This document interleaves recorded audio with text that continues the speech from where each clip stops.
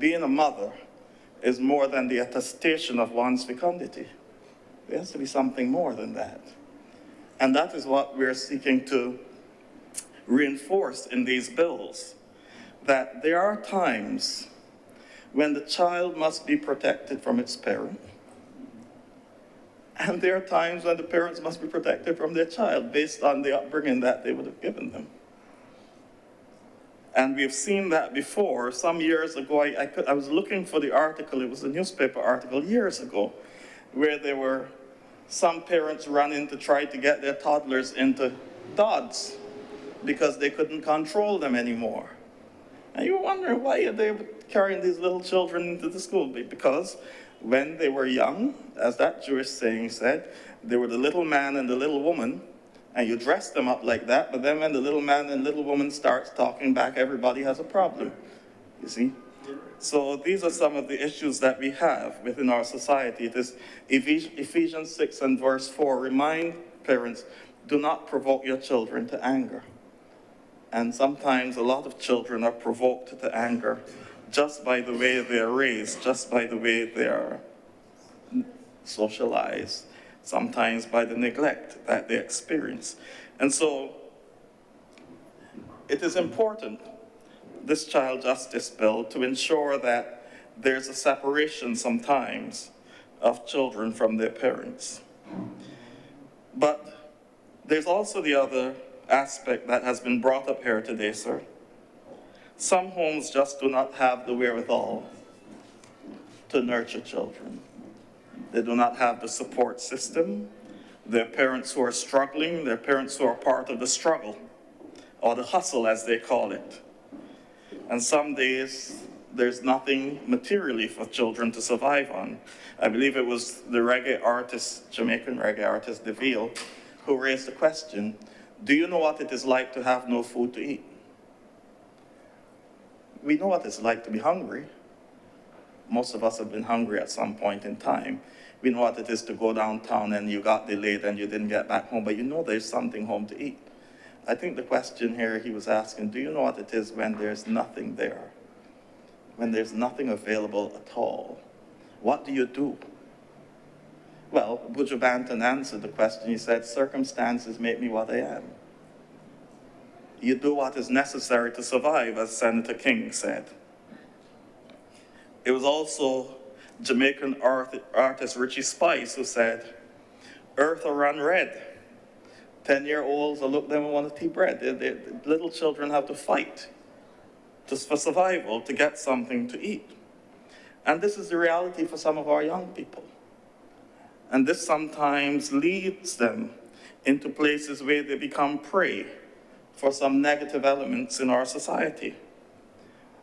I believe it was Senator King who made the point that there are young people out there who are committing heinous acts, and sometimes they're recruited by persons to do that because the penalties are different. I think I mentioned sometime before in Jamaica the whole notion of the wet, how the drug lord will give a little 14 or 15-year-old boy a spliff soaked in formaldehyde.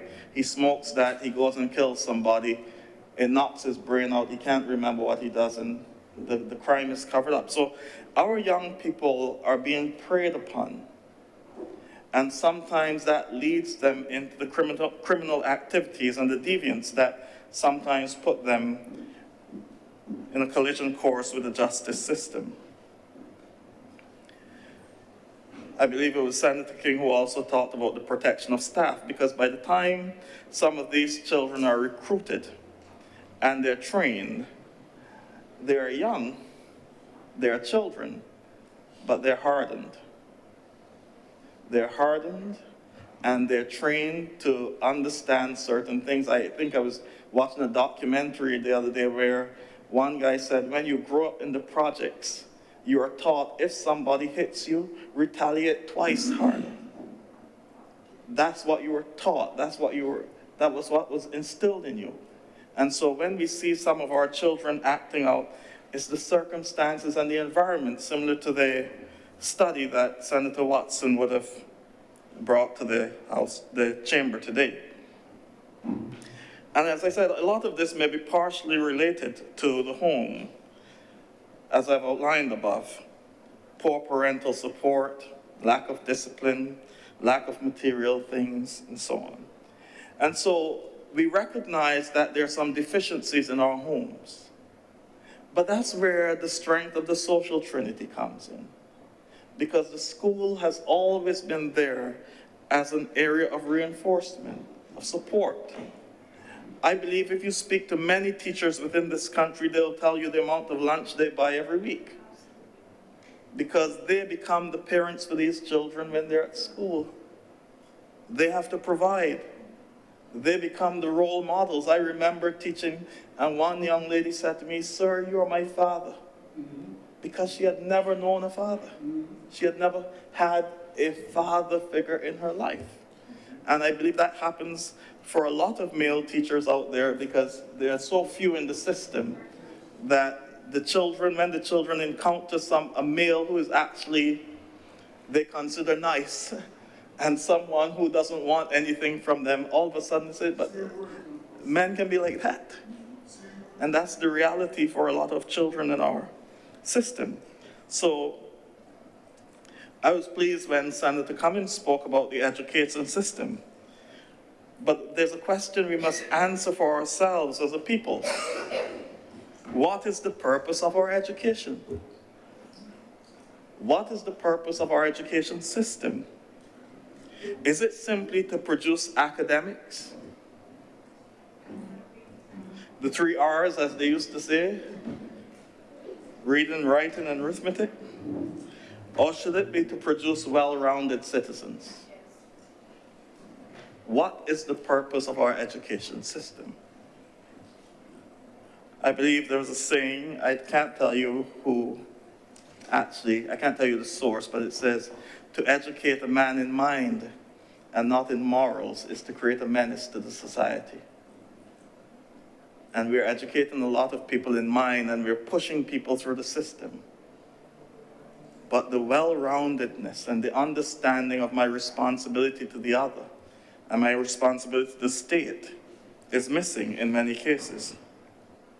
We must create children who understand who they are and who value themselves. School must become a second home as it was in the past.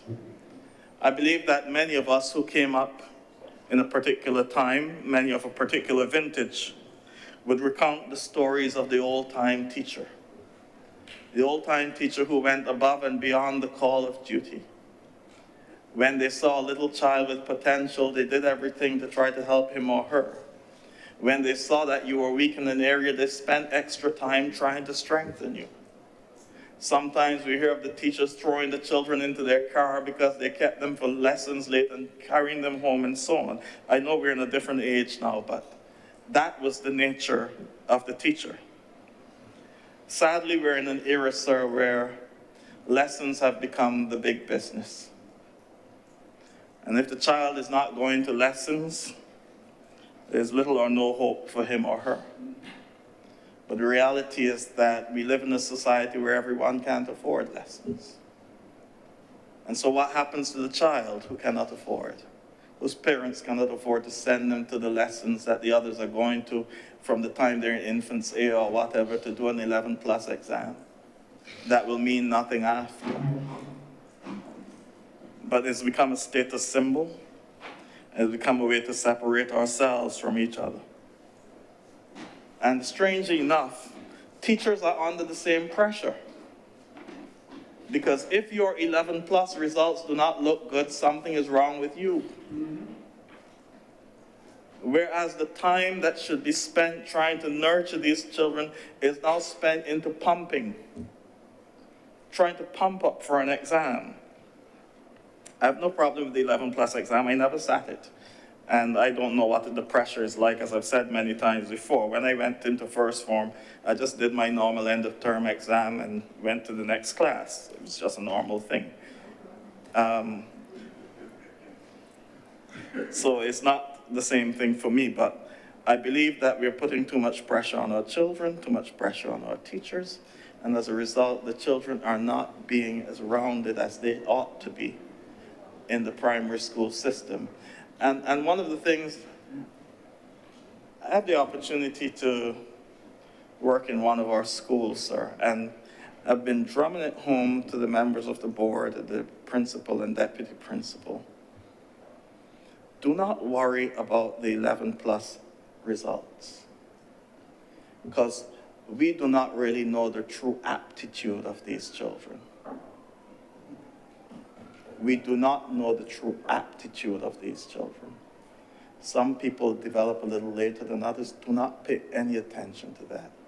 Let's go in there and try to see where this child is at and how we can get them to the next level where they ought to be. And I believe that we need to take that approach when it comes to our children, because too many of them are damaged at an early age.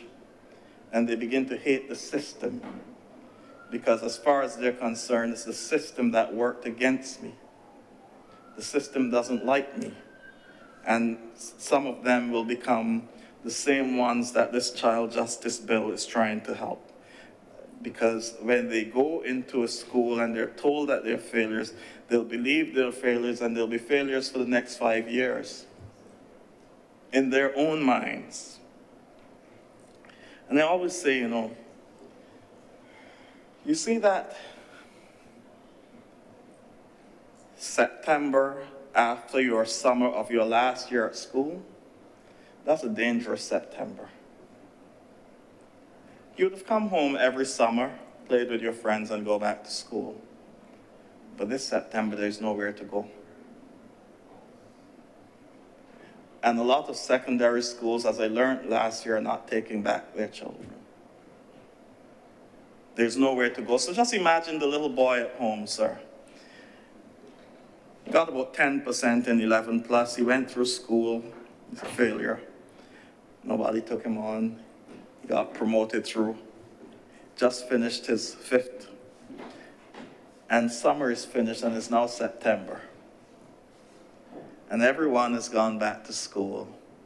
He's at home in the house eating. And then somewhere somebody can say, but you ain't going to look for work. He can't go and look for any work, sir, because he doesn't have anything. And so the house becomes uncomfortable. And when the house becomes uncomfortable, people keep telling him, you need to get up and go and find something to do. But he doesn't have anything to go and get anything to do with. And so he goes where he can find at least someone who doesn't judge him. And he ends up on the block. But when you're on the block, what happens on the block, you're a part of it. And so he suddenly finds himself in a little cycle there that he cannot get out of. Not a bad boy, but just a system.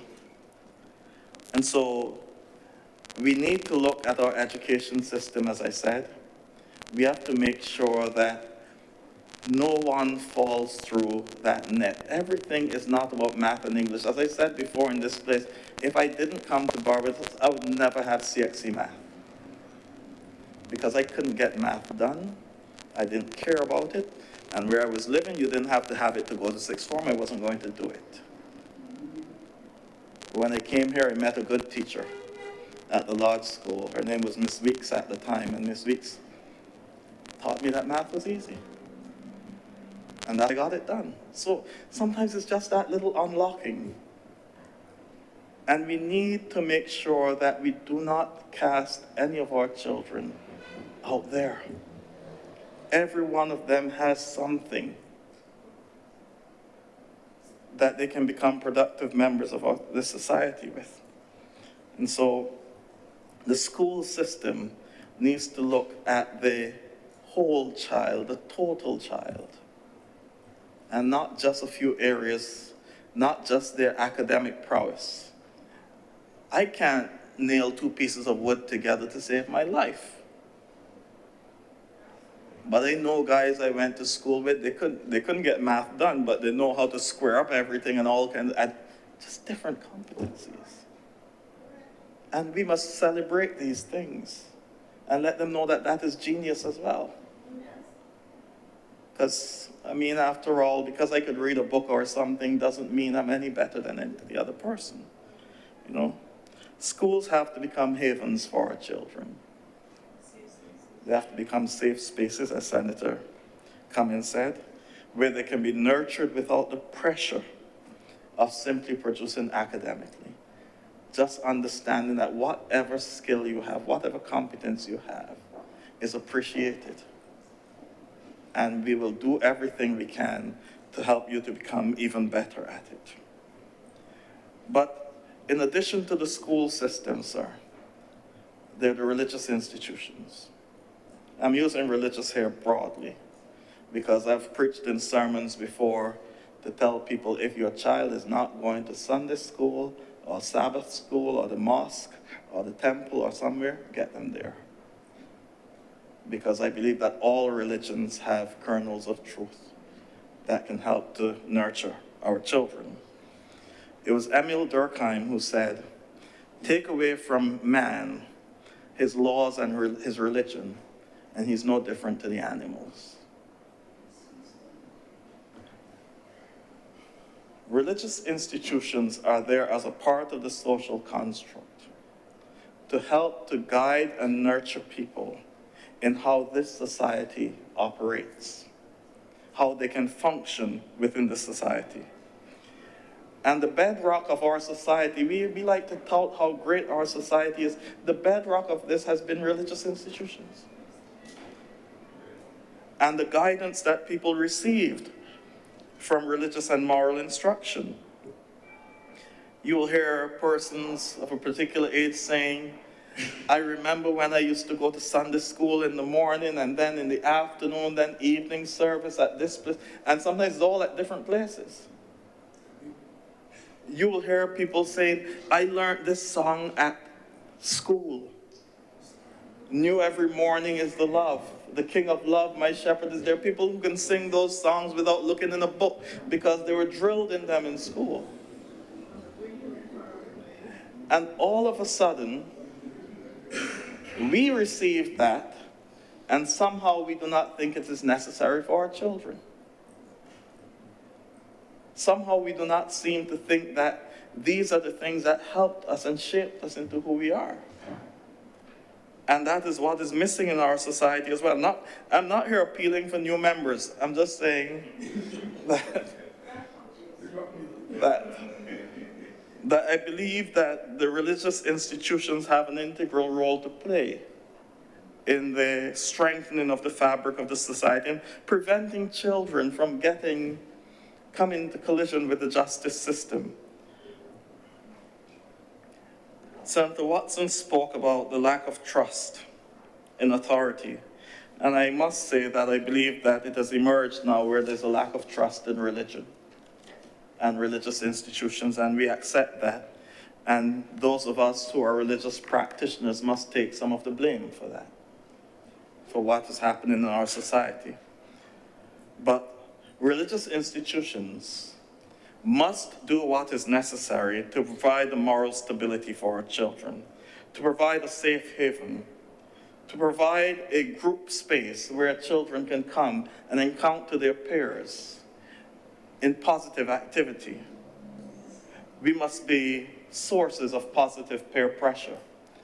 And I want to commend the Methodist Church here for the work they're doing in their music academy, Holy Trinity Anglican Church as well, St. George Anglican Church, which started it really. And what does that do, sir? It came about because I recognize that there are some children in this society who every Saturday and in the evenings after school, their parents can send them to extracurricular activities. They go to music, ballet, all kinds of things. And that's good. But there's some parents who have to work out between the pack of Eclipse biscuits, the bus fare, and other things. And so those extracurricular activities don't even factor in. And so what we were creating is a society that is not balanced. And so we provided the opportunity, we still provide the opportunity for children within the parish of St. George to come and learn to play a musical instrument, recognizing that music not only gives them an added skill, but it helps with discipline as well. And that is just a minor way in which the church can work to help to balance what is off balance within our society. I want to encourage religious organizations to recognize the role that they're called to play in the society in preventing our children from getting to that point where they become the prey for those who are seeking to lead their lives astray. Where these two pieces of legislation is concerned, there's one big issue though, sir. I meant to raise it the last time, but I'll raise it now.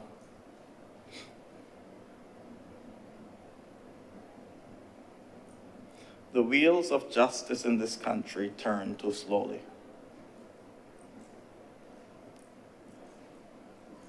The wheels of justice in this country turn too slowly. I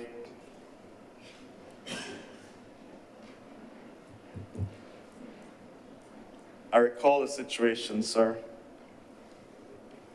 A young lady was raped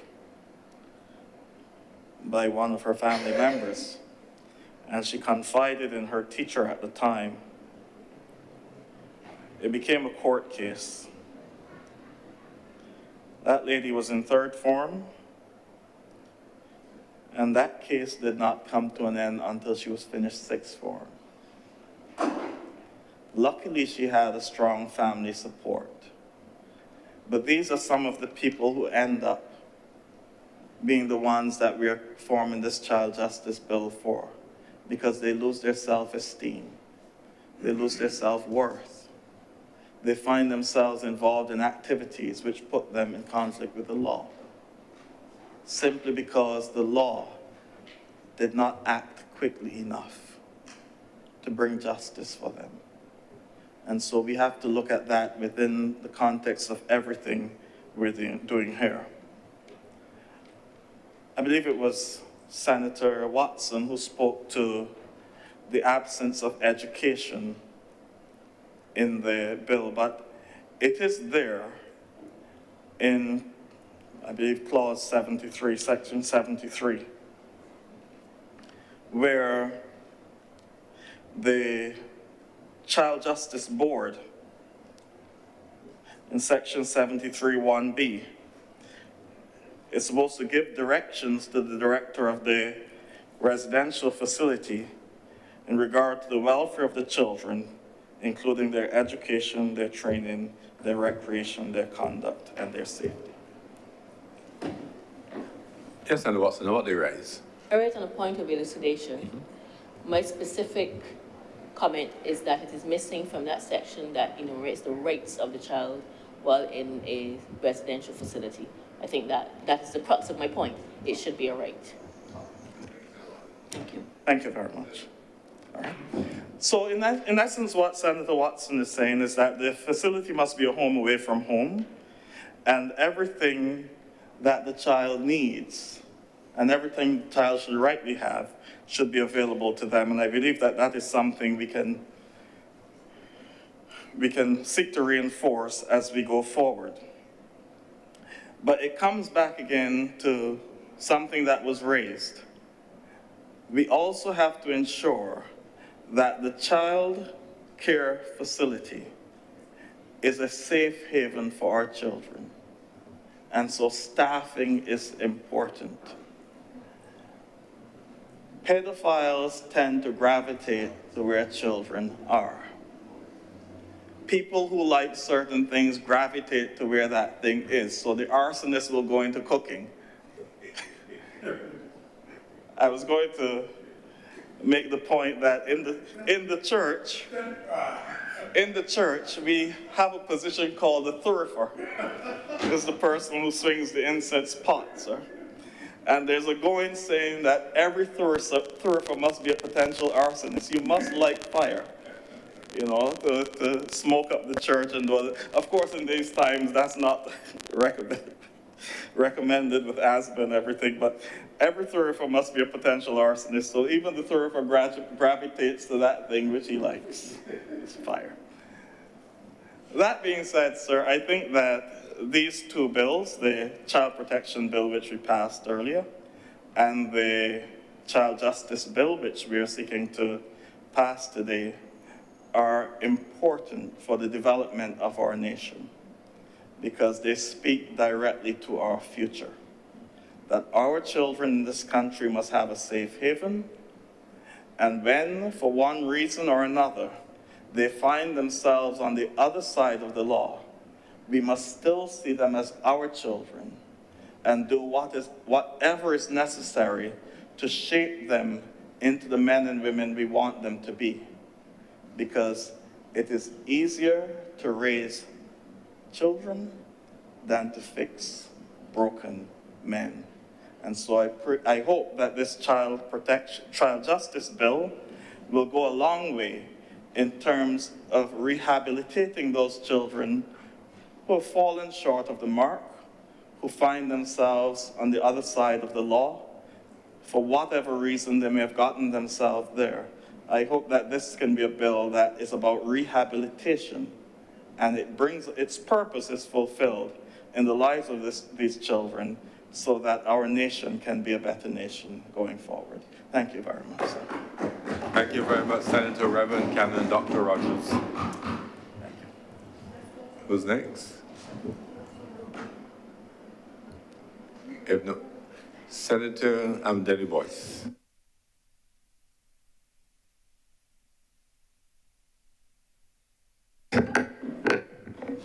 Thank you, Mr. President, for recognizing me. It is always difficult speaking after Senator Reverend Dr. Rogers because the sobriety and his call to conscience is always something worth reflecting on. Mr. President, permit me to begin by expressing my gratitude to the members of the Joint Select Committee, Standing Committee, who considered the contributions and considerations of Barbadians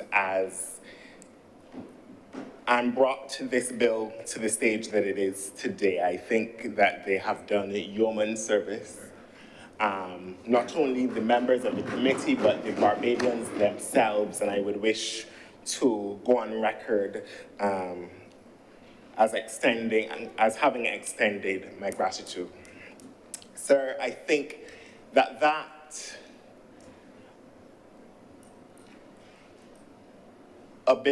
the ability of average Barbadians to contribute in a dedicated fashion to the development of legislation, sir, represents a deepening of Barbados' democracy.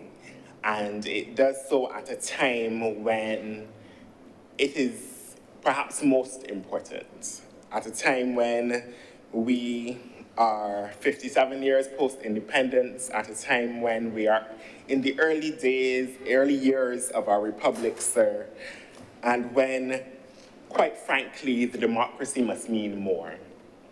And so I am pleased that this Child Justice Bill has gone through that process, sir.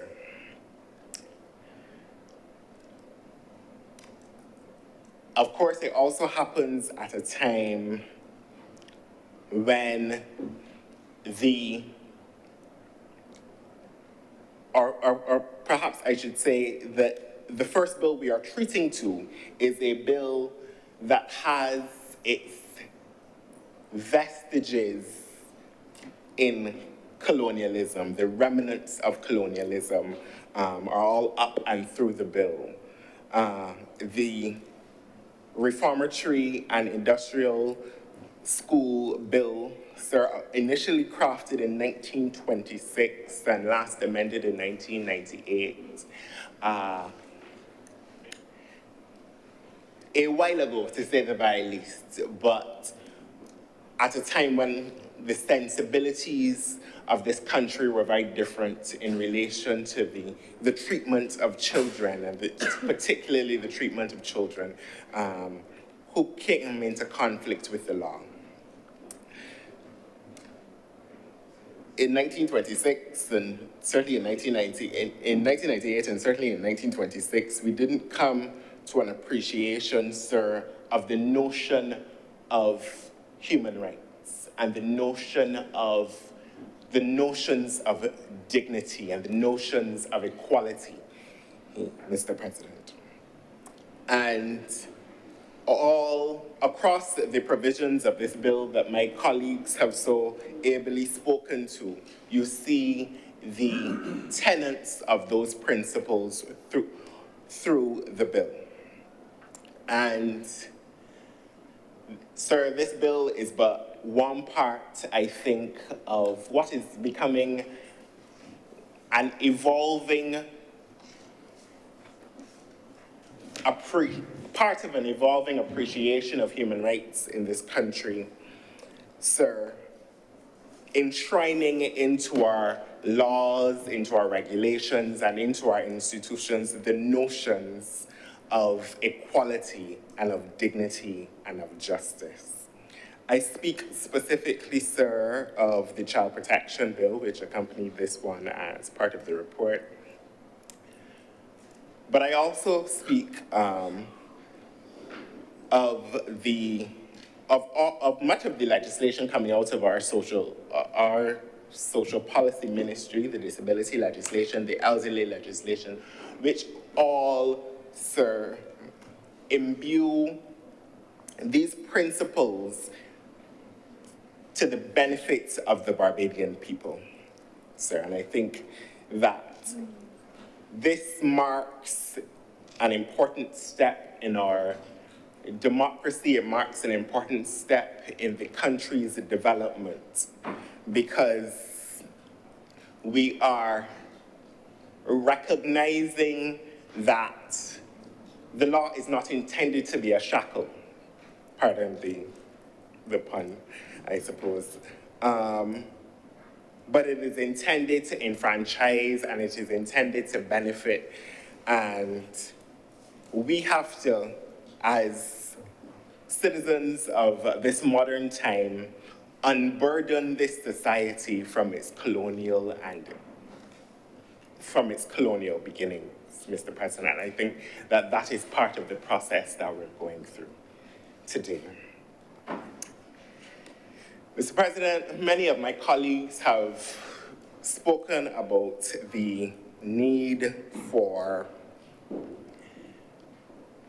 all of society to participate in the smooth functioning of a new child's justice system, sir.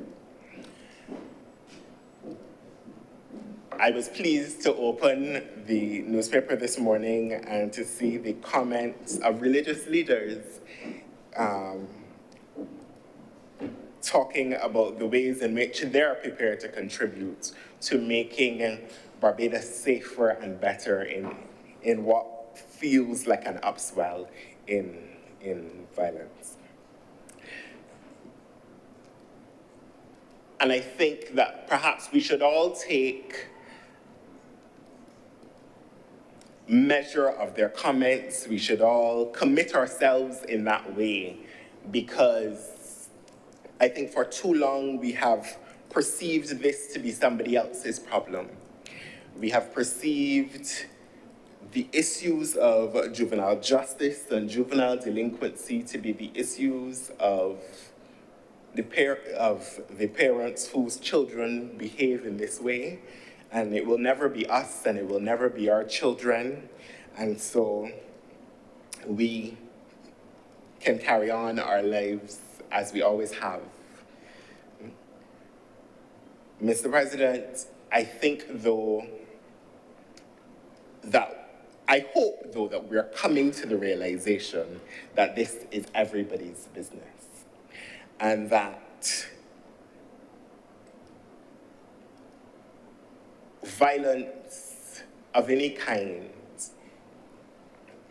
a child coming into conflict with the law for any reason is all of our concern.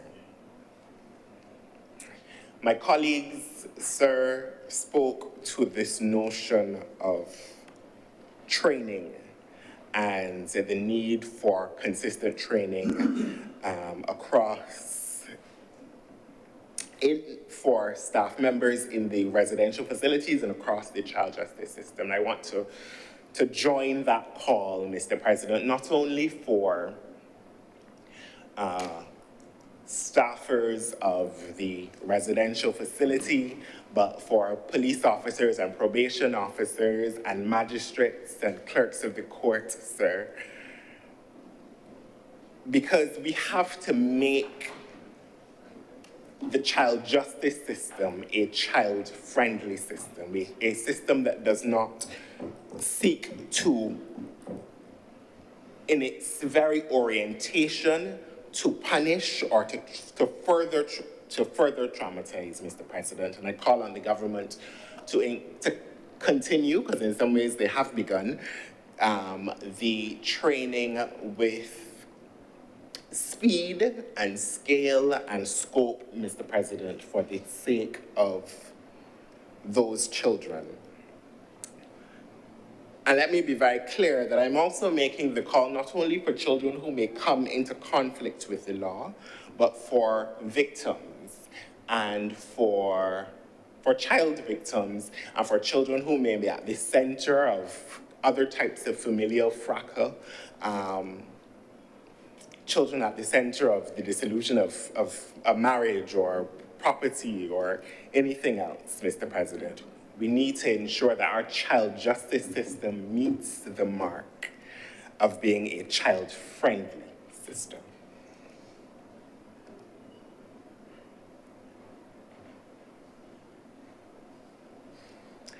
Sir, I don't intend to be terribly long, but perhaps my last point is that it is time that we embrace and create a culture of rehabilitation and reintegration, Mr. President, so that a child who passes through this child justice system has the ability to re-enter our societies and to be embraced and to be citizens who have the opportunity to contribute. And we will not achieve that, sir, by virtue of the static provisions of this legislation. We will achieve that, sir, when our societies embrace that notion. When all of us dispense with the idea of lick and lock up and dash away forever. And that we do not see people stained under marked with the scarlet letter of their past misdeeds, but that we see them as Barbadians who, as the leader of government business said this morning, have fallen but are deserving of grace and reintegration, Mr. President. Sir, the child justice bill is but one part in the architecture that the Barbados government is building to ensure the safety and the protection and the inclusion of all Barbadians. And I ask Barbadians all to join us, to join in the effort of ensuring that its provisions inspire in this country systems that inure to the benefit of children and inure to the benefit of this society. With those very few words, Mr. President, I'm obliged to you. Thank you very much, Senator Boyce. Senator Reverend Morris. Thank you very much, Mr. President. I rise to support this legislation that is before us this afternoon. I support it, sir, because I perceive that this legislation stands to improve the lot of our children in this country. If I appear to be a bit subdued, it is because I look at this legislation and I look at myself as a boy growing up in Blackbreast. And looking at it from this perspective, I understand why there is a need for it. Because I'm sure that there are certain individuals, certain children in our society who was not, or who are not, or were not as fortunate as me to have a network of support so that I may continue on the path of righteousness. I always ask myself, why is there the need for such legislation? In certain circumstances, I would take a theological approach, but the Reverend Senator Dr. Rogers has already taken that approach. And I prefer to take an historical approach. And in taking this historical approach, I want to look at myself as well. I want to see myself in this legislation, because there are circumstances in the Bible where Jesus never referred to a person's name, a man, a certain man, or a certain woman, and that is left there so that we can put ourselves into it. So this legislation refers to a child, and I believe I can put myself into it as well. The previous legislation, or the legislation which this piece of legislation intends to replace, I want to look at it from the perspective of history.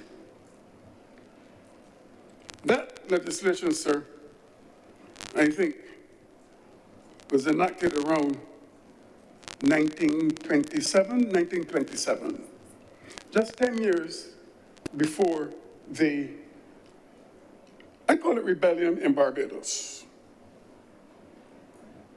The point is that almost 100 years have passed, and this legislation will still be on our statute books. Even by the time of 1937, children were still perceived as fit for the plantation, as still working in the picnic gang that was on the slave plantation. With the advent of emancipation, that perception was continued. They were left in the dark, and then the disturbances came. And then many of us would know that the colonial authorities investigated. And one of the persons they sent to the Caribbean to investigate was a gentleman called George Saini. And he was the chairman of the committee that looked into what caused these disturbances. In fact, he was a chairman of a subsection of the committee. And that came in with in fact, the Colonial Development and Welfare Office ordered an investigation into the circumstances. And social pathologist as he was, George Saini concluded that the problems in the Caribbean that led to the disturbances was first and foremost because the family was dysfunctional. It was the family. He blamed it on that. And then secondary was poverty. So what did the authorities try to do? The authorities came with this colonial mentality to impose the idea of nuclear families and married and all of that. And you know what they did? You know what they did, sir? They tried to get marriage among all the lower class families in the Caribbean because they perceived that to be the problem. And in Jamaica, Lady Huggins, the wife of the governor at the time, decided that they were going to marry people, and they carried out mass marriages in Jamaica, and it failed. It failed. We still have the problems. In other words, when they should have been attempting to fix the system, they attempted to fix the people. It was a system that was causing the problem. Why is this bill now necessary, sir? Because it attempts to fix part of the system. And furthermore, organizations in the Caribbean began to take the same approach by George Simey and his committee. The Anglican Church, sir, in Barbados, took that approach. And so what did they do? They formed the Mothers Union, which in my view has now become irrelevant to the Caribbean. Like, the Anglican Church has become irrelevant in my view. There needs to be some changes to that. But the Mothers Union was formed to teach people how to get married. In fact, they had in their prayer, bless all those who are married. What about my mother? Bless all those who are married. And then it's still excluded from that clique who used to hold tea parties and all of that. Excluded from that were some middle-class women who were married, but were still not welcome into it. So they formed then the Ladies Auxiliary. I think it's the Ladies Auxiliary. The Women's Auxiliary. The Women's Auxiliary. The president of the church went to. Yes, they formed the Women's Auxiliary. And that did not work either, because there were some persons who were poor and who were not married, whom the Women's Auxiliary would not admit, so they formed the Women's Fellowship. I'm saying that there was always an attempt to fix the person and not the system.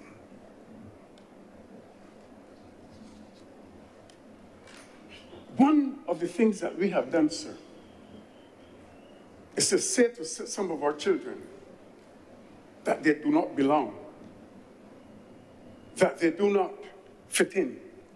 Why? Even the church is guilty of it.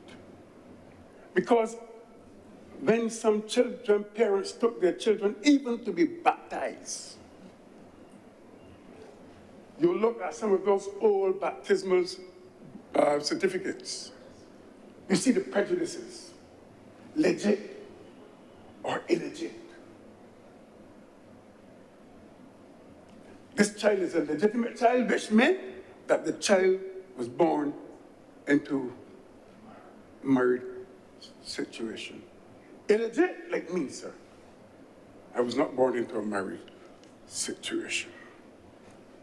So the whole thing, we have accustomed to trying to fix the person rather than fix the system that was contributing towards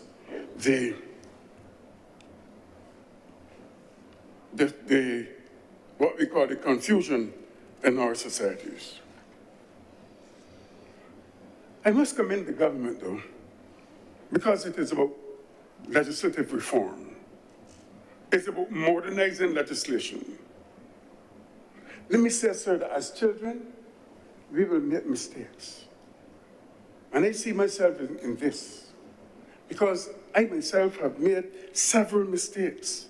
But if I did not have a community that looked after me, I don't know where I would be today. Children will fail at times. And with encouragement, when they fail, they will learn. When they learn, they progress. And when they progress, they develop. I was a bit disappointed, sir, when this legislation was introduced into the lower house. I was disappointed. Because the leader of the opposition came in, and on such matter of importance, I was there, sir. Came in, sat for about 2 or 3 minutes, scurried through paper, and left. And that is why, sir, I appreciate so much the speech made by Senator Watson this afternoon. I appreciate it.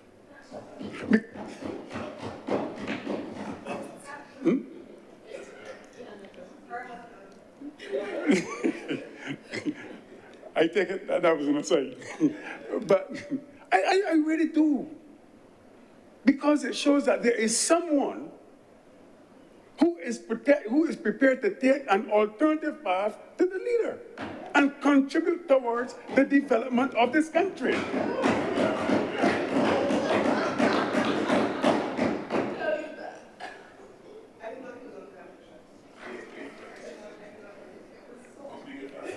So I'm speaking fast. I was there, so I heard his speech.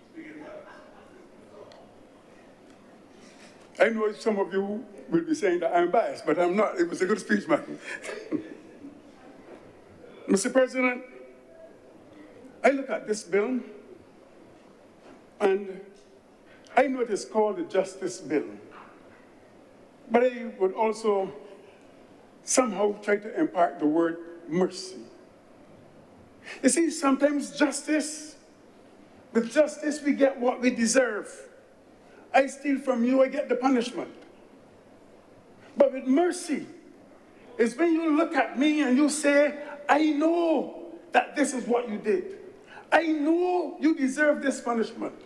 However, I am going to ensure that you live a wholesome life. And that is why I say that it is mercy.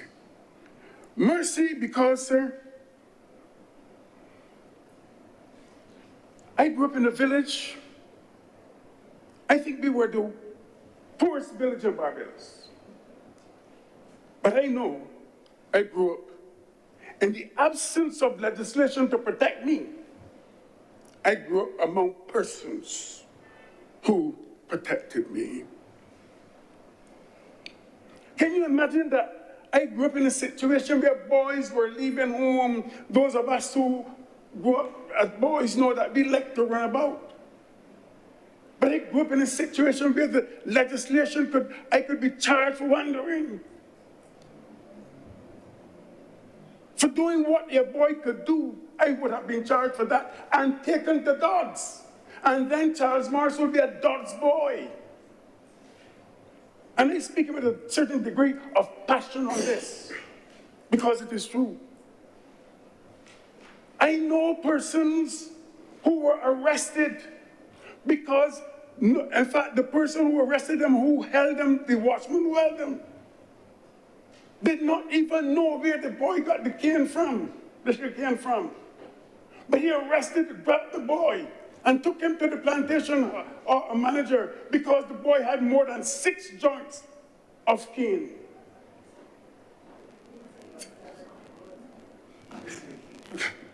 These are things that young boys were subjected to because of the legislation that stood before them. Boys were picked up off the streets. We were raised by a village. And you see, the reason why this legislation is more important is because that village responsibility is no longer there. I grew up, sir,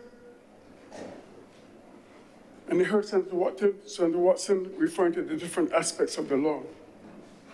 I grew up, sir, in a society, even at school, where children with disabilities, if we did not, ordinary people did not have much justice or many rights, those with disabilities had fewer.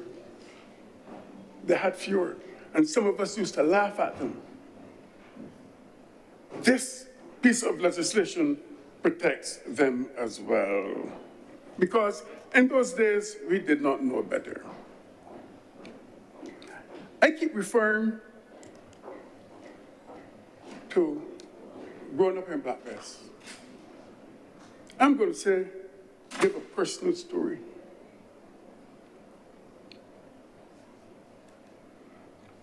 Blackbess, we were prepared for manhood. People there saw it. And it is as if they gave us, taught us the rites of passage. There's one person that I always commend for the way he took me and took all of us as young men into his house. A fellow called Edwin Small, sir. We call him Nasser. And sir, anytime you should come to Blackbess, I would like to introduce you to some Naz wine. He's the maker of it. I would like to introduce you to that. It's the best wine you can get anywhere.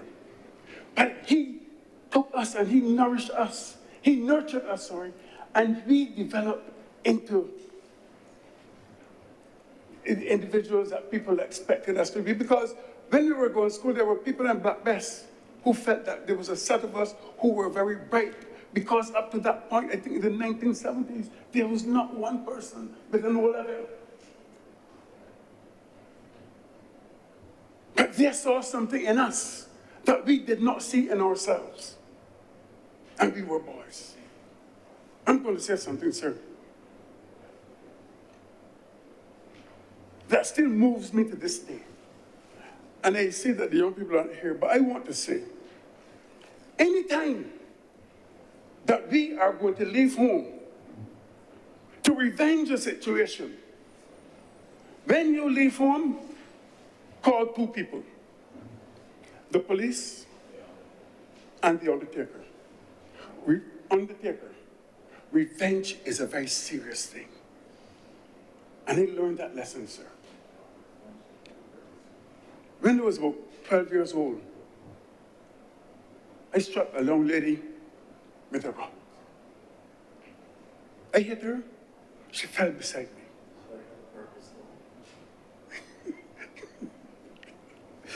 me. Yes.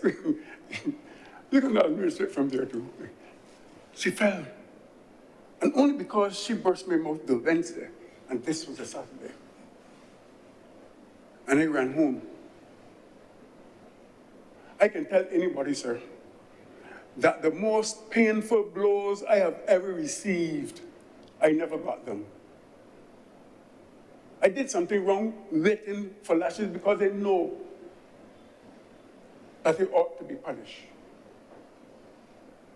Saturday afternoon, nothing happened. Saturday night, nothing happened. Sunday morning, well, I know I went to church, and Sunday afternoon, I came back from church. This is what my grandmother said to me. She said, go in the larder, take up some flour, and make a woman. A woman. And I thought she was joking. I thought she was joking.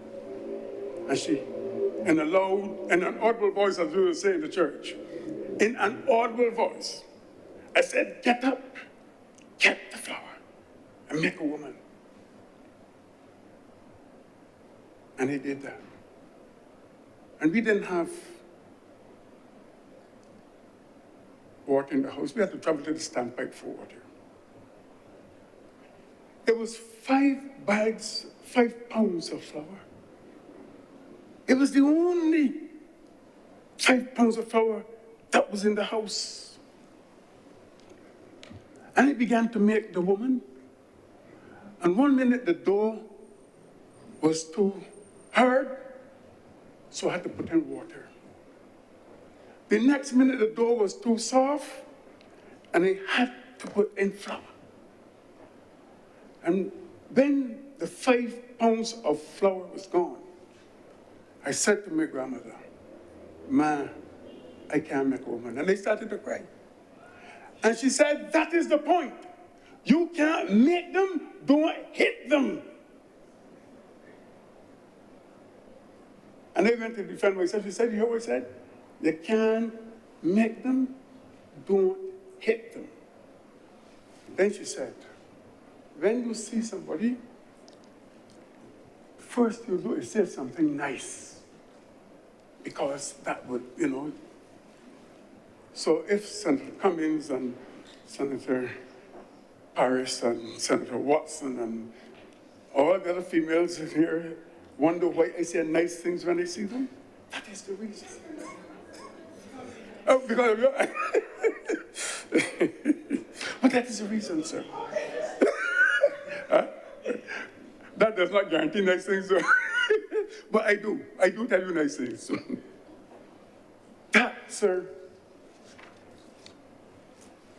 was an experience. And I'm saying that the social network that was there for me is now not there for a lot of children growing up in this society. And that is why this legislation is necessary. But if we are to have our children develop, as everybody has spoken, education, and when it comes to education, sir, I believe that I start back, and that goes to the common entrance exam. I believe, sir, that this common entrance exam, I'm going to use some harsh words for it, is the most vicious and iniquitous system to be imposed on this country. This common entrance exam was introduced during the early 60s to maintain the status quo. To maintain the status quo. In fact, I think the person who did it was a gentleman from England who planned the whole thing to maintain the status quo. If you were rich or you came from a well-to-do family, you can bet that you were going to one of the good or the better secondary schools. I mean, there were a few exceptions. That common entrance exam still existed there, and they're still maintaining social divisions. This week, Senator Watson referred to a situation, but this week again, parents proud of their children, and they ought to be. But have we ever taken note of what happens to those children who are not in the papers? Have we taken note of the effect that this would have on those children who would be going to St. Lucie or St. George or Brandy Adams?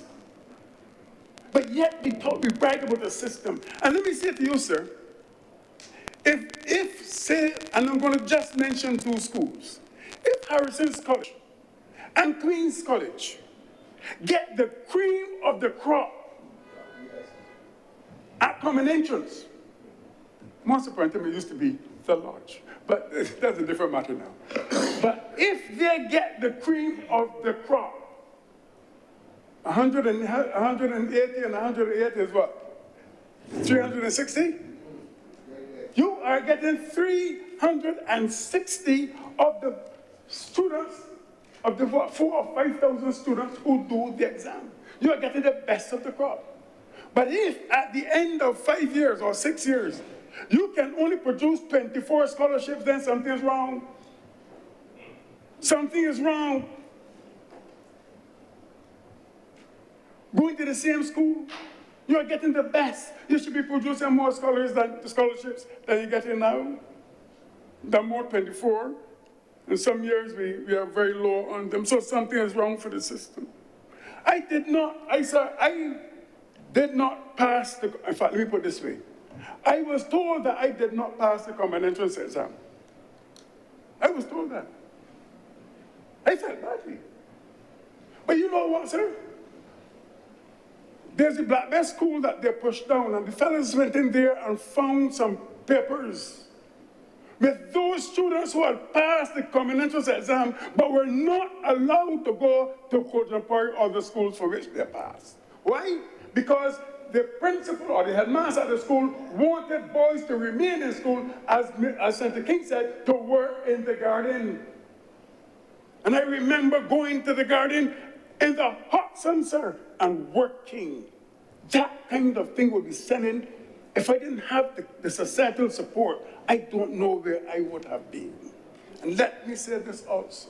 I mean, I use it to my advantage. So I was hard ears. I don't do it. I was hard ears when we were going. Boys are hard ears. Not wicked. Not bad, but hard ears. Yes, I was hard ears. Yes, I was. I use it because when I was sent to the table for lashes, I used the garden as the excuse. I come, sir, to tell you that I go in the garden. I come to ask you to go and move the holes in the garden. But it is a system that criminalizes or causes many of our young people, young boys in particular, to be criminalized. I did not pass the exam. You know what that exam is saying to young people in this country? That you are not good enough. It was saying to me that I was not good enough to go to one of those, to Harrison's College or Queen's College. It was saying to me that I was not good enough to go to Codrington College to be a priest. It was saying to me that I was not good enough to go to the University of the West Indies. It was saying to me that I was not good enough to be a teacher at Combermere School. At 11 years, that common entrance exam was saying to me that you were not good enough to be the Deputy High Commissioner for Barbados and the United Kingdom. It was saying to me that I am not good enough to stand here in this Senate to discuss legislation for the improvement of young people who were in my position. And they went, sir. And I'm here today. But there's more to it. Because some of these institutions that are supposed to protect us didn't. I went to college to train to be a priest at 19 years old. And 6 weeks into the class, a Greek class, sir, 6 weeks, a tutor looked at me and did like this. He said, "You are so black, I cannot even see you." No poor black boy had any right being a priest. Sir, I was 19. Tell that to some person who did not have the societal support, and you will see what happened.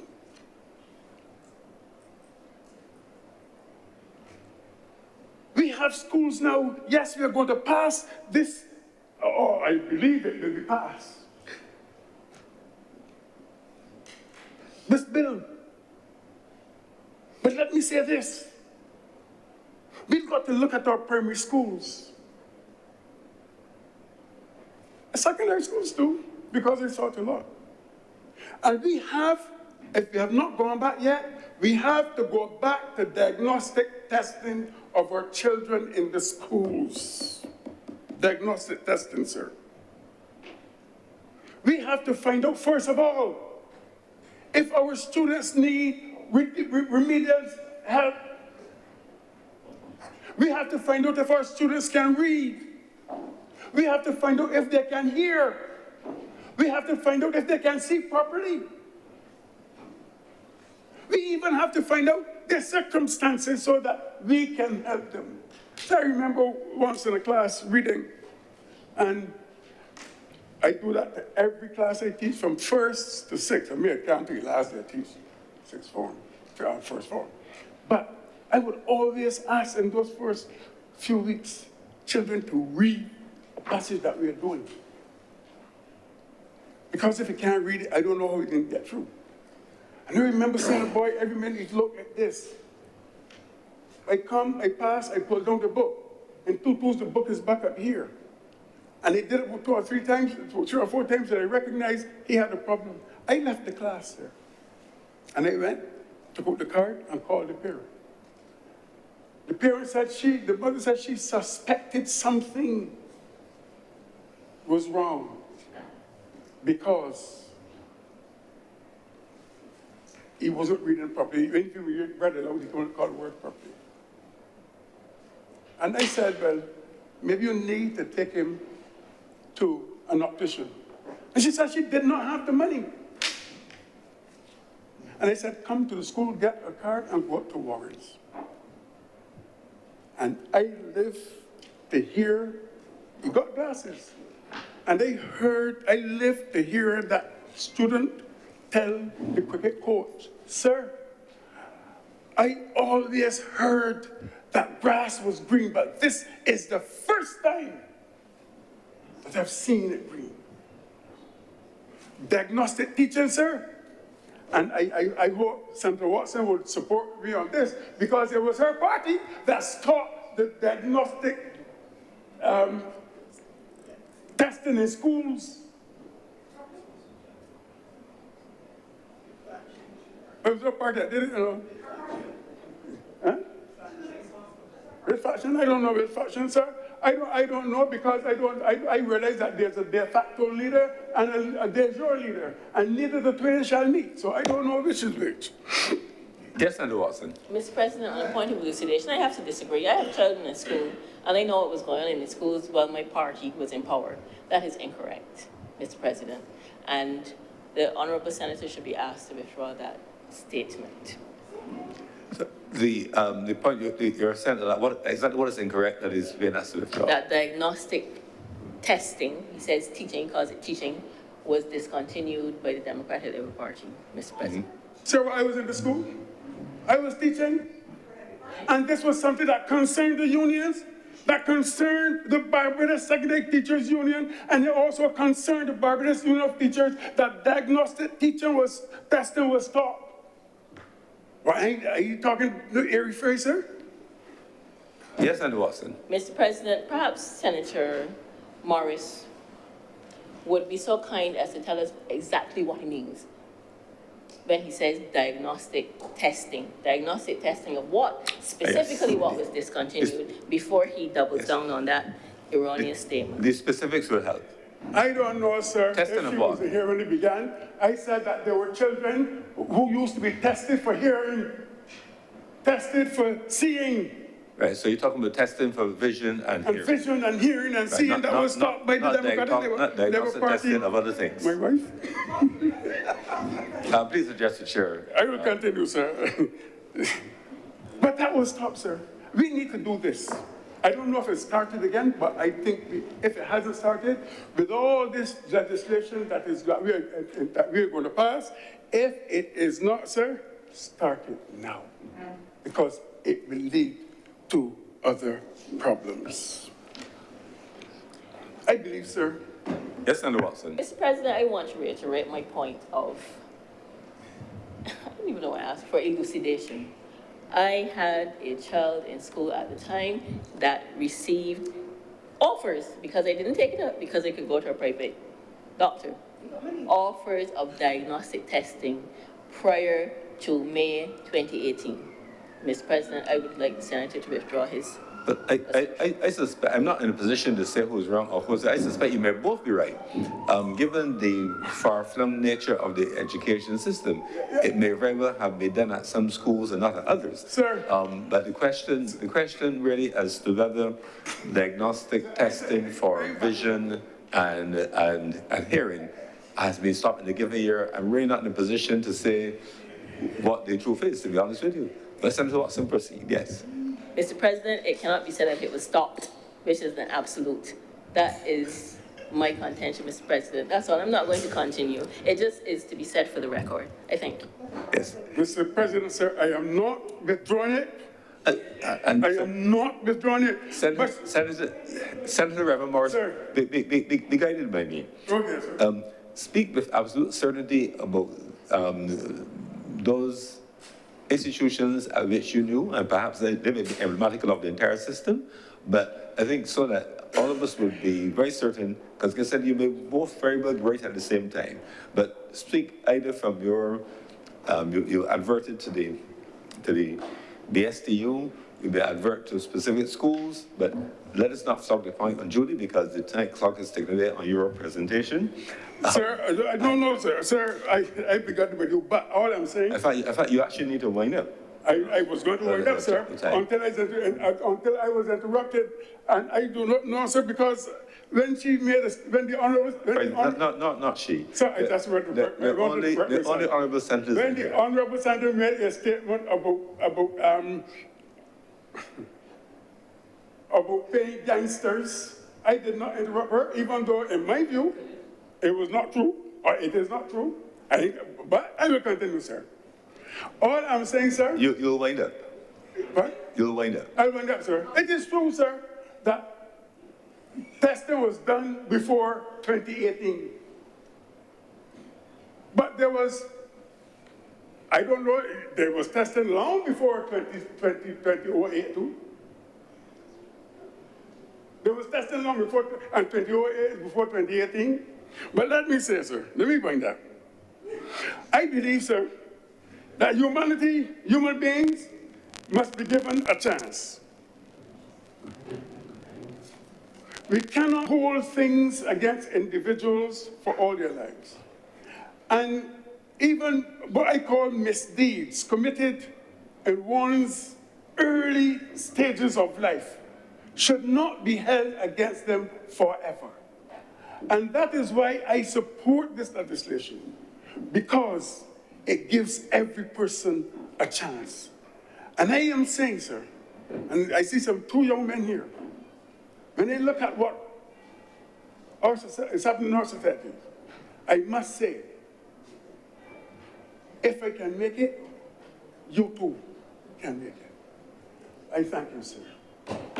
Thank you very much, Senator Reverend Rogers. Any of the speakers? Senator Blackman. Mr. President, I rise to join this debate with what will be a relatively brief intervention this afternoon, because a lot of what I've indicated, what I want to treat to, has been discussed and debated by my colleagues hitherto. But suffice it to say, the importance of this bill, particularly also given that this chamber would have discussed the Child Protection Bill in a previous sitting of the chamber, and now we're looking at the justice aspect of that iteration, if I should call it that. There are a number of things that I really want to share with you and the country and those who are tuned in. Now, as we look at the issue of child justice, whilst it is steeped in law and treating to the issue of justice with regards to children who come before our legal system, having committed crimes, for me, this bill is really about the balance between how do we ensure that they understand that for every action there is a reaction, and in this context, justice. But equally, how do we ensure as a society that we let them know that despite their wrongdoings, that as children, the society still has an obligation to create an environment for them to prosper, to grow, and where necessary, and perhaps in all circumstances, to reintegrate into our society as young, upright citizens and residents of our nation. And why is that important? Oftentimes, and you've heard a number of honorable members speak to it, Mr. President, our society is very quick and very harsh in judging our young people. And we're talking about children. So we're not talking about people who are under 30, who are young people. We're not talking about persons who are 21 and 22 and perhaps should know a bit better. We're talking about persons between the ages of 12 and 18. And therefore, there's a certain level of responsibility that the society must have and balance as well in ensuring that justice is balanced with ensuring, as I said, that we can also create an ecosystem that should they come before the courts or the legal system in this regard for committing a crime, that they too can have an opportunity to grow and reintegrate and be productive citizens.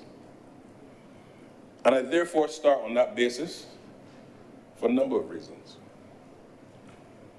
When you look at where this bill has come from, and I want to also take this opportunity to commend the honorable ministers in the other place who would have debated this, but even before that, who would have had extensive consultations in ensuring that what we see here today before this chamber is nothing short, in my view, of comprehensive and forward-thinking, because it is not only treating to the issues of child justice today, but it is so far-reaching. When I read it, I looked at it from a sociological lens with a bit of forecasting and seeing where we are going and where we could go, and that it can therefore ensure that we create an environment where our young people and children have the best level of protection, even if, as I said, they run afoul of the law.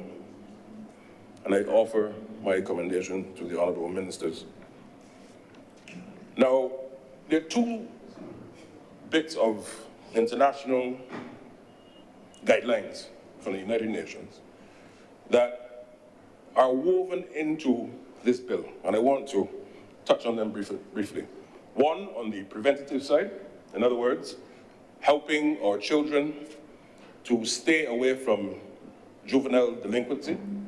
And two, and Lord forbid, should they run afoul, how do we ensure that the system still takes care of them whilst administering justice and creating that environment and ecosystem that can reintegrate them? So the first one, as is commonly called, is the Riyadh Guidelines on the preventative side, which is really the United Nations Guidelines for Prevention of Juvenile Delinquency. And in this UN guideline, Mr. President, at its core, it is really looking at how do we create a societal ecosystem. Remember, this guideline is focused on the preventative side. And it behoves us to look as a society, how do we create an ecosystem that prevents our young people, our bright people, our young people from Black Bess, our young people from Vauxhall, our young people from wherever across the country, from having to go through a situation where they have to face the courts. That is enshrined in the UN guidelines, as I said, known as the Riyadh Guideline. And why is that important? Because what we are seeing here and debating here today wasn't just something that we've pulled out from the sky. This is a proven and well-used piece of international standard of regulation used by many countries around the world. And therefore, we are now following suit in ensuring that our bill is now captured in ensuring that all of our societal institutions, namely the families, community centers, schools, churches, religious institutions, all play their part in ensuring that our people, and our young children in particular, can have an environment that they can feel loved, they can feel appreciated, and they can thrive. And why is this so important to this debate? Because oftentimes we think that legislation is only passing of laws and the government saying, this is what you need to do. And therefore, what this guideline tells you is that at the core, whilst government has a central role in the formulation, the other societal institutions have a critical role in ensuring that our children have the environment to prosper, to be safe, and they didn't use the word love, but to have a conducive environment for prosperity. And of course, we know that that is part and parcel of that ecosystem. So the Riyadh Guidelines, and I would encourage everyone listening to the debate to have a read. It's not the most exciting or sexy piece of literature that you'd ever come across, but at the core, in my view, you really understand the thinking as to the guideline as well. Now, on the non-preventative side, so in circumstances where a young person, male or female, would have come before the court system, juvenile system. You look at now the Beijing rules, which is the United Nations standard for minimum rules, operative word, minimum rules for the administration of juvenile justice, which at the core looks to endeavor to create the conditions that will ensure that if you pass through that system, you still have the opportunity to attain the ecosystem that the preventative guideline was seeking to offer. So therefore, at both ends, there is a buffer intending to create that safe space for our children. And this is enshrined in the bill before us today. And why is that important? As a society, and I really want to speak to our households, our families, our mothers, our aunties, grandparents. This is a call to all of us, because I am a parent myself. We have an obligation, Mr. President, to show love, to be respectful to our children, to be respectful to our peers in the presence of our children. And why is the latter so important? Because oftentimes, it's a circumstance where, as I always say, our children are like sponges. And many times, children manifest behavior that is indicative of the environment that they're in. I remember many times before, in my primary school years and even in my early secondary school years, I had classmates of mine who would come to school sometimes in tears. And when you asked them what was the issue, their father or their mother or their auntie, whoever they were with, had big domestic arguments the morning or the night before. And their mind could not settle. And that manifested in some very tough behaviors to accept or to witness. But it wasn't that they were bad persons, but at the very core, it was the only way that they can release what was trapped inside. Because remember, Mr. President, we have a society where we always behold our young people to keep quiet. Stop talking. So if you're telling them to stop talking or mind your business, shut up, and they're witnessing things that they ought not to witness as children, how then can they release? It's like a pressure cooker. If you don't release the top valve of the pressure cooker, I'm not any great chef, but I know if you don't release that valve enough, after a while, bladam. So the point I'm making is we have to create that environment. So whilst, yes, as I said, it is enshrined in UN principles in part, yes, it is enshrined in consultations in part, we have a duty as a society to ensure that our young people and our children have an environment that is conducive to peace and for them to be able to do what they do best, be children. But also, what I find interesting about the Beijing rules, it also requires societies, and no, I said societies, not governments, societies to mobilize all possible, operative word being possible, mobilize all possible resources at their disposal for that creation of that harmonious environment for children. And therefore, the role of the private sector, as I said, community groups, religious groups, households, football groups, you name it.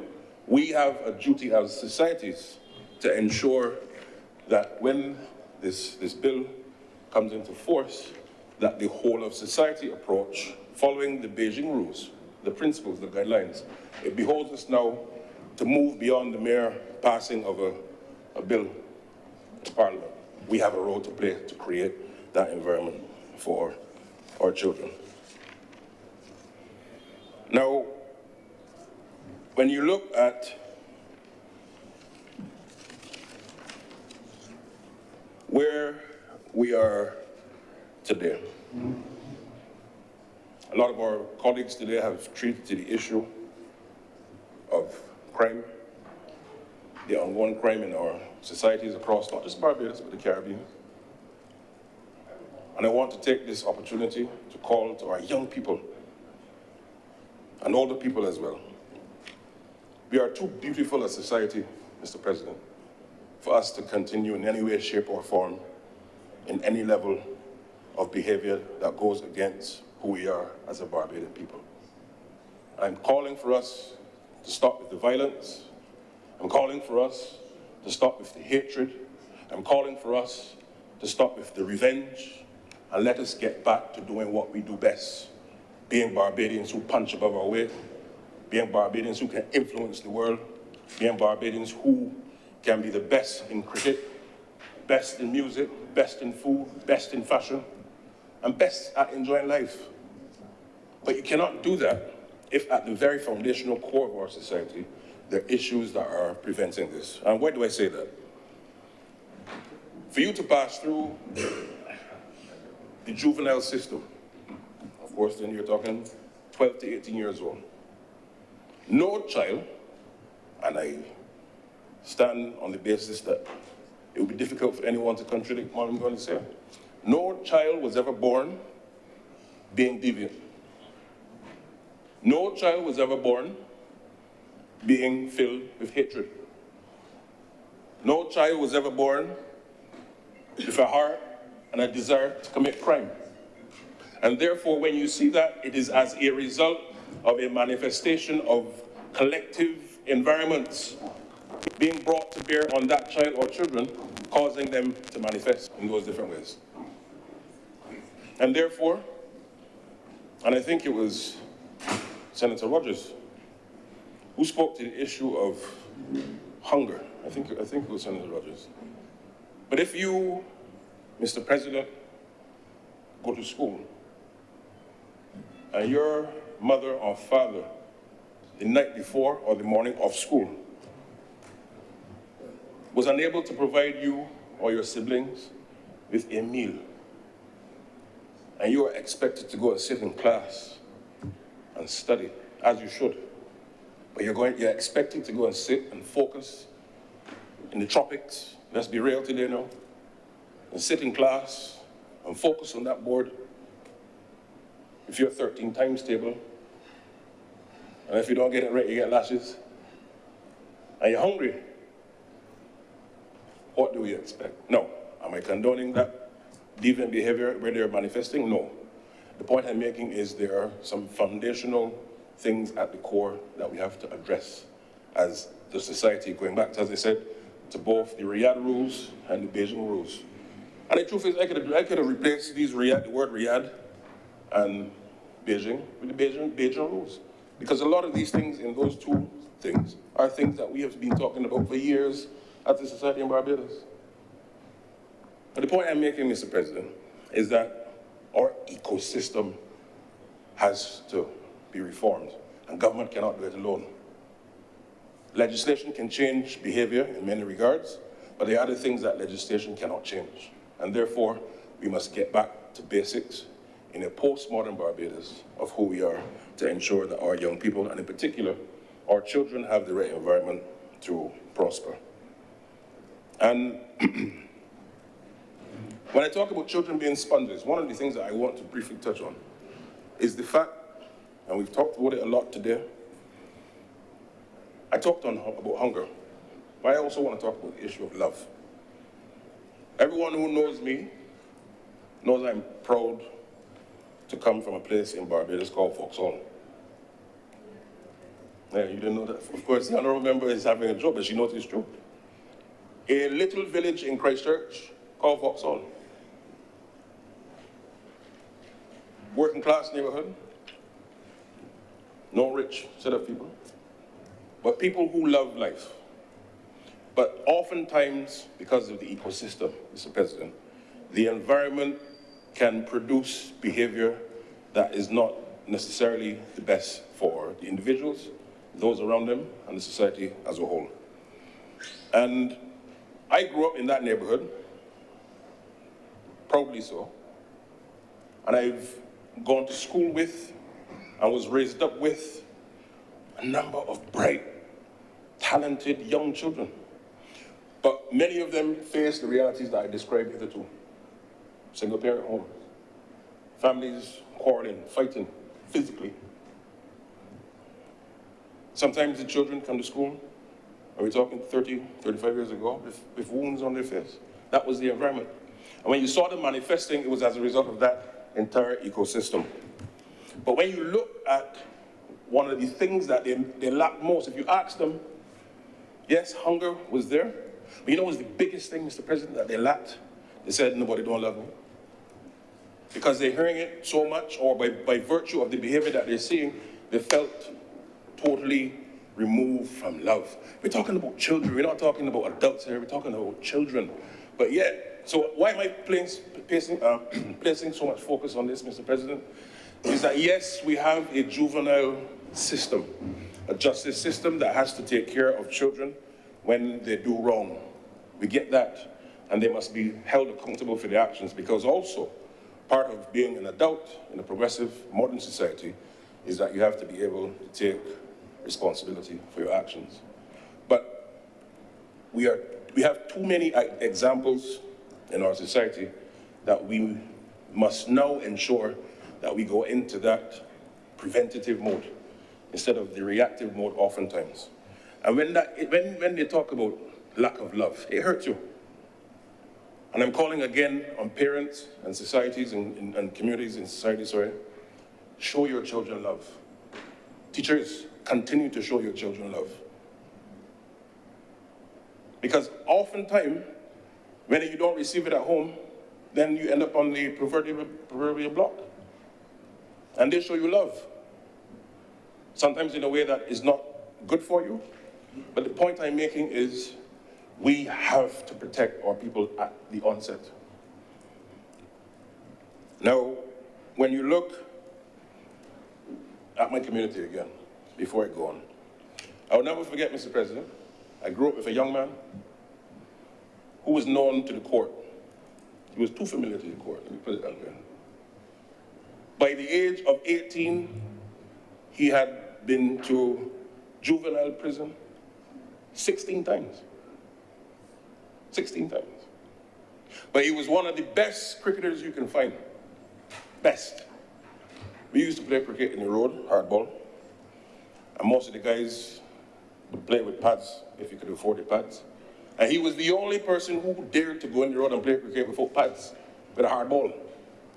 And you couldn't get him out. Why? Because he had an ability for sport and cricket.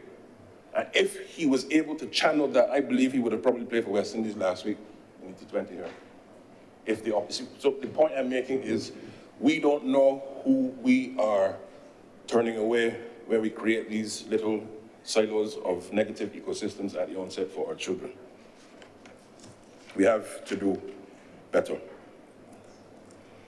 Now,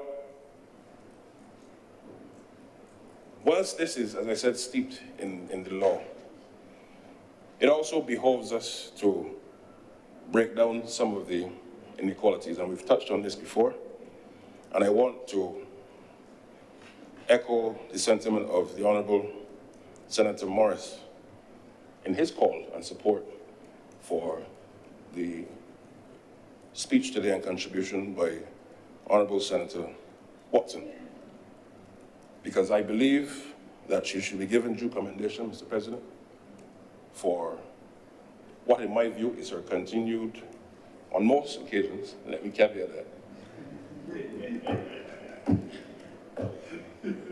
on most occasions, taking principle and notwithstanding the view of the leader of her party, taking a completely different line in the interest of fairness and justice on these critical matters of importance to our society. I want your answer, Senator Watson. Mr. President, I suppose you can say that his statement, Senator Morris, referred to the leader of the opposition not being interested in development. And I ought to have requested that he revoke that statement. But I think it is, because you cannot say what is in his mind and you cannot demonstrate that he's not interested in development. Mr. President, Mr. President. Senator Watson. Senator Morris, please. Blackman, I'm asking Senator Blackman also to withdraw those statements in relation to the mind and the actions of the leader of the opposition, because they are simply incorrect.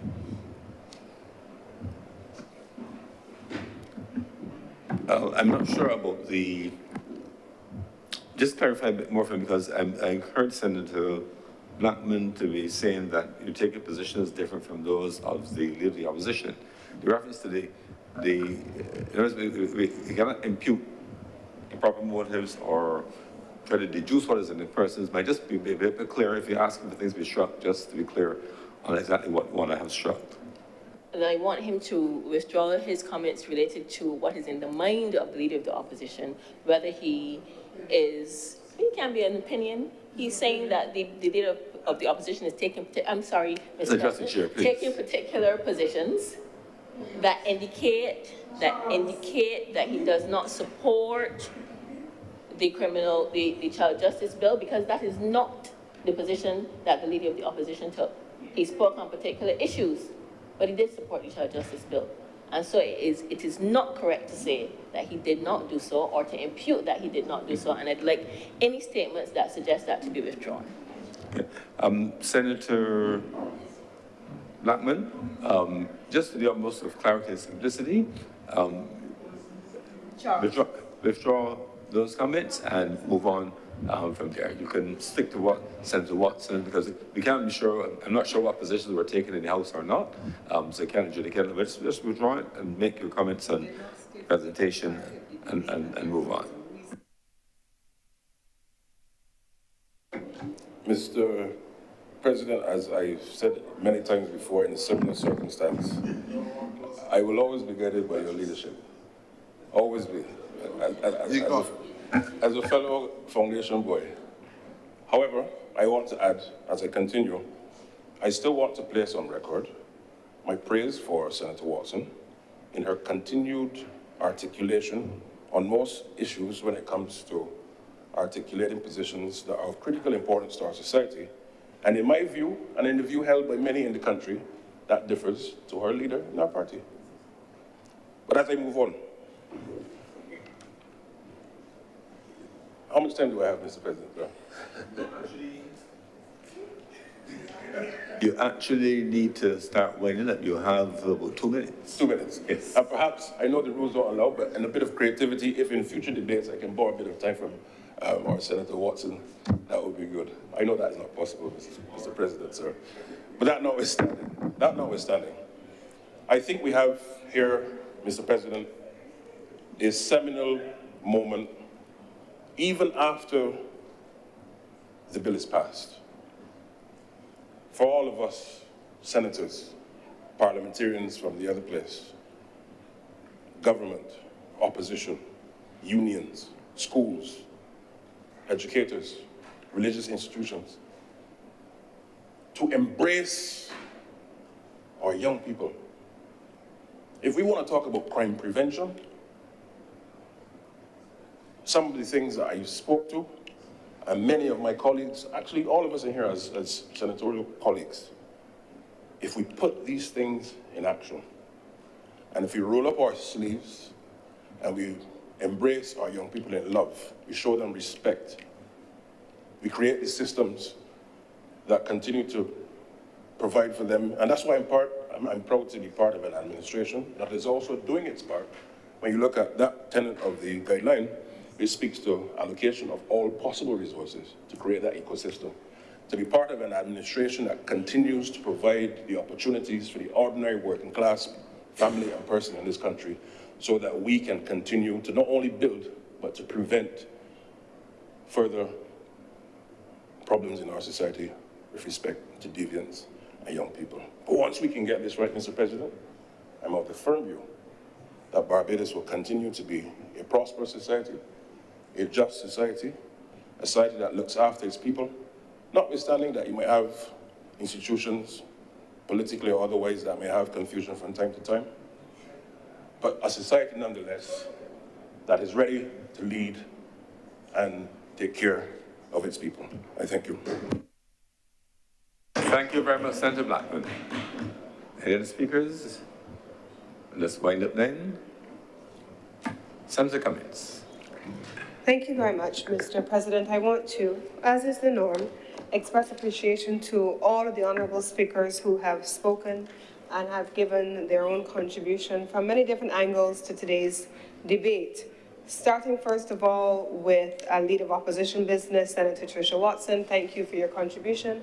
I do want to point out that the government has engaged, especially on matters relating to youth, Professor Dwayne Devonish, to whom you referred repeatedly and quoted from extensively in much of those bodies of work. And so they were many of the bodies of work were requested by and done on behalf of the government and are therefore reflective of some of the work that the government is doing, expects to do, plans to do, and much of the work that you may see before us. And I do want to acknowledge that as part of the government's work, and of course our relationship obviously with the University of the West Indies as not just a tertiary level institution, but as a source of research and policy-based research in particular for this government.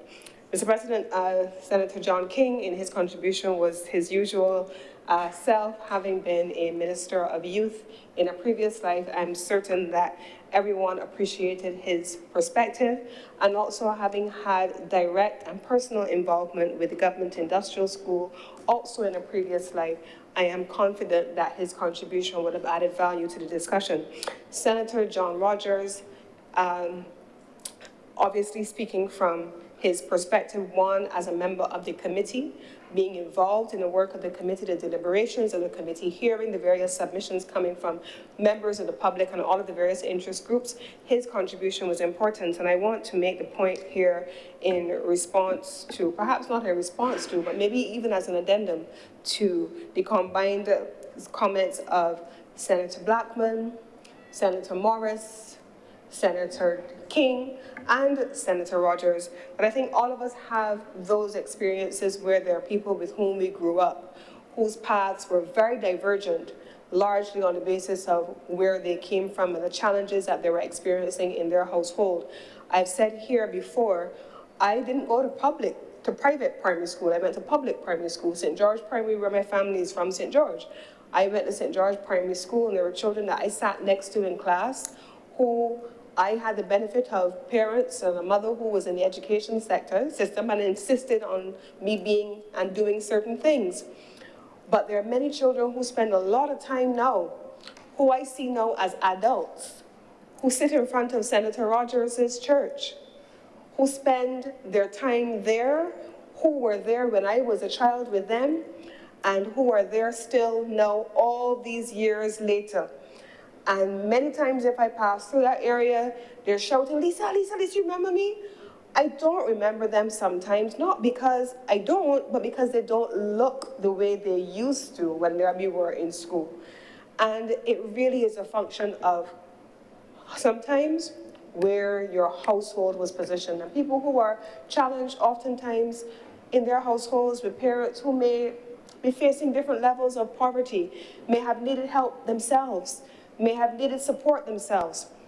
These are the challenges that a country has to deal with. And it is on that basis, Mr. President, that I want to share that aside from the work that we have talked about in our social agencies, the work being done by the Ministry of People Empowerment and Elder Affairs, aside from the work being done by the Child Care Board at the child level, there is also, Mr. President, a body of work being done by this government on parenting.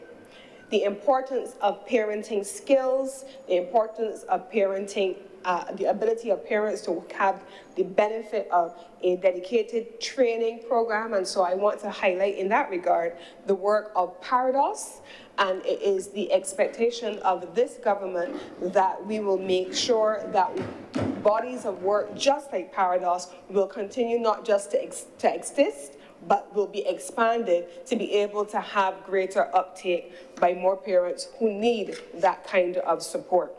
Senator Andrele Boyce and Senator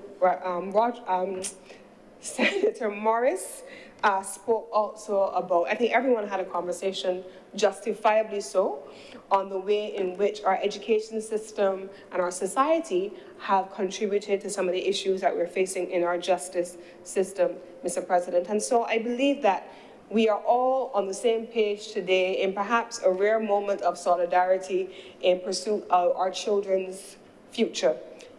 In the interest of supporting justice for children, protection for children, and I bring the two things together, Mr. President, because they constitute a single report from the Standing Committee on Social Affairs coming from both houses of Parliament.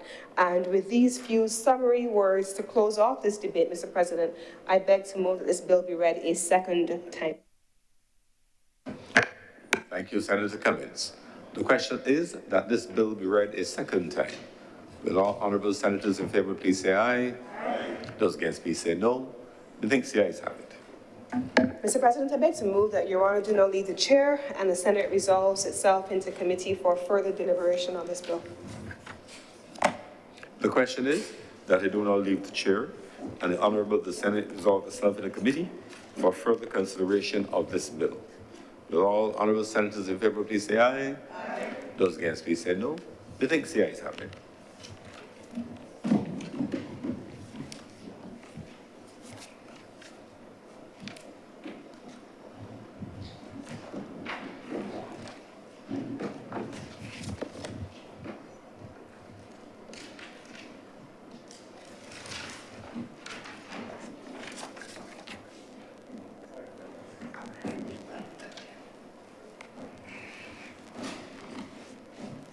The Senate is now in committee.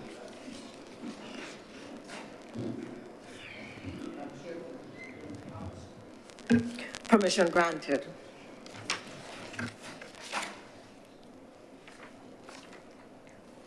Part 1, clauses 1 to 3.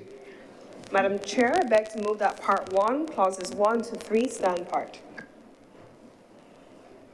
The question is that Part 1, clauses 1 through 3 do now stand part. Will all honourable senators in favour please say aye? Aye. Those against, would you please say no? The ayes have it.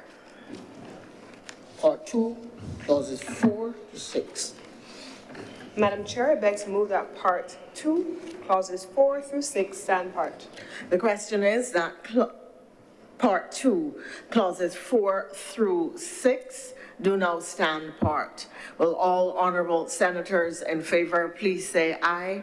Aye. All those against, would you please say no? The ayes have it.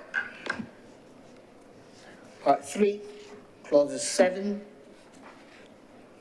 to 11. Madam Chair, I beg to move that Part 3, clauses 7 through 11 stand part. The question is that Part 3, clauses 7 through 11 do now stand part.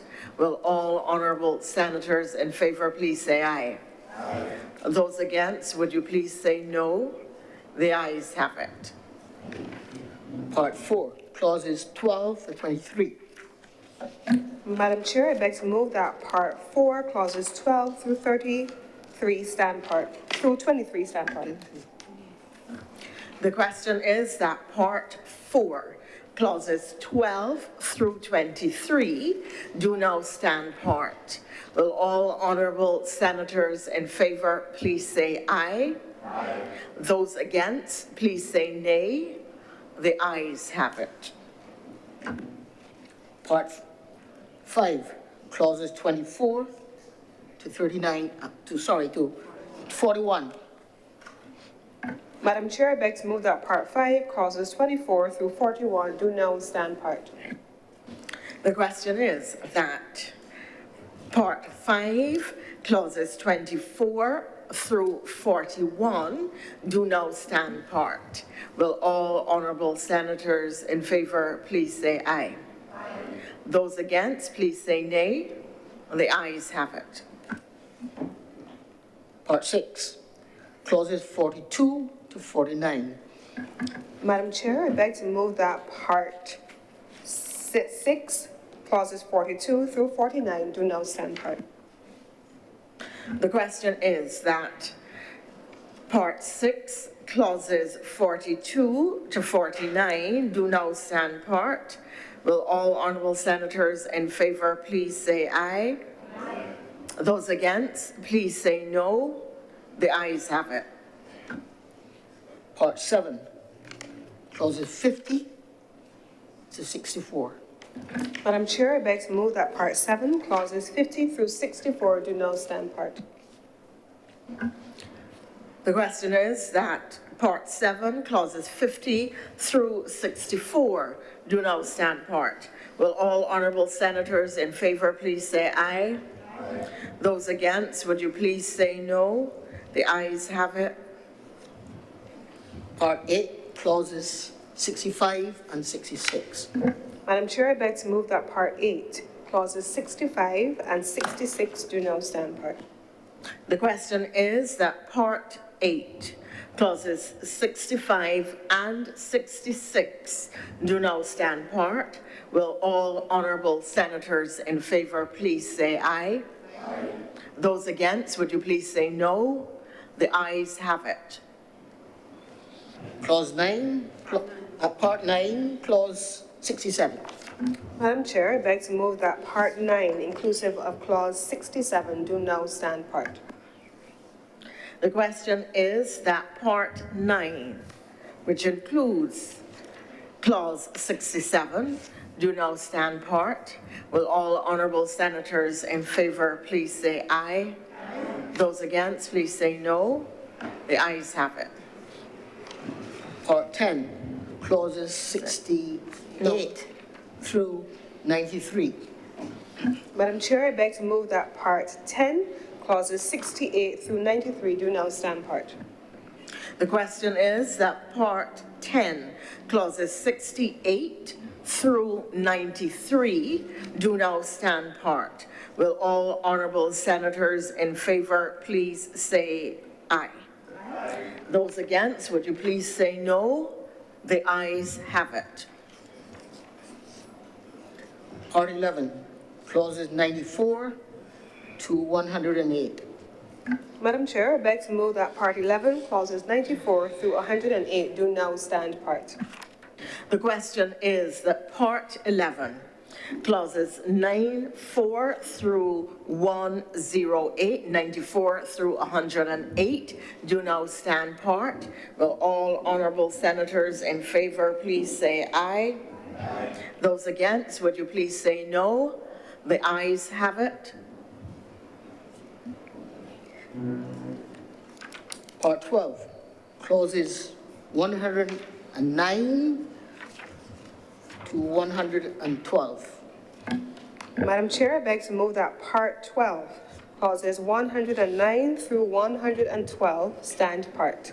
The question is that Part 12, clauses 109 through 112 do now stand part. Will all honourable senators in favour please say aye? Aye. Those against, would you please say no? The ayes have it. Part 13, clauses 113 to 118. Madam Chair, I beg to move that Part 13, clauses 113 and 100 through 118 do now stand part. The question is that Part 13, clauses 113 to 118 do now stand part. Will all honourable senators in favour please say aye? Aye. Those against, would you please say no? The ayes have it. First schedule. Madam Chair, I beg to move that the first schedule be the first schedule to the bill. The question is that the first schedule be now the first schedule to the bill. All honourable senators in favour, please say aye. Aye. Those against, please say no. The ayes have it. Second schedule. Madam Chair, I beg to move the second schedule be the second schedule to the bill. The question is that the second schedule be now the second schedule to the bill. All honourable senators in favour, would you please say aye? Aye. Those against, would you please say no? The ayes have it. Third schedule. Madam Chair, I beg to move the third schedule be the third schedule to the bill. The question is that the third schedule be the third schedule to the bill. All honourable senators in favour, please say aye. And those against, please say no. The ayes have it. The fourth schedule? Madam Chair, I beg to move that the fourth schedule be the fourth schedule to the bill. The question is that the fourth schedule be now the fourth schedule to the bill. All honourable senators in favour, please say aye. Aye. Those against, would you please say no? The ayes have it. The fifth schedule? Madam Chair, I beg to move that the fifth schedule be the fifth schedule to the bill. The question is that the fifth schedule be now the fifth schedule to the bill. All honourable senators in favour, please say aye. Aye. Those against, would you please say no? The ayes have it. The sixth schedule? Madam Chair, I beg to move that the sixth schedule be the sixth schedule to the bill. The question is that the sixth schedule be now the sixth schedule to the bill. Will all honourable senators in favour please say aye? Aye. Those against, would you please say no? The ayes have it. The seventh schedule? Madam Chair, I beg to move that the seventh schedule be the seventh schedule to the bill. The question is that the seventh schedule be now the seventh schedule to the bill. Will all honourable senators in favour please say aye? Aye. Those against, would you please say nay? The ayes have it. Madam Chair, I beg to move that you do now report to His Honour the President the passage of one bill in committee. The question is that I do now report to His Honour the President the passing of one bill in committee. Will all honourable senators in favour please say aye? Aye.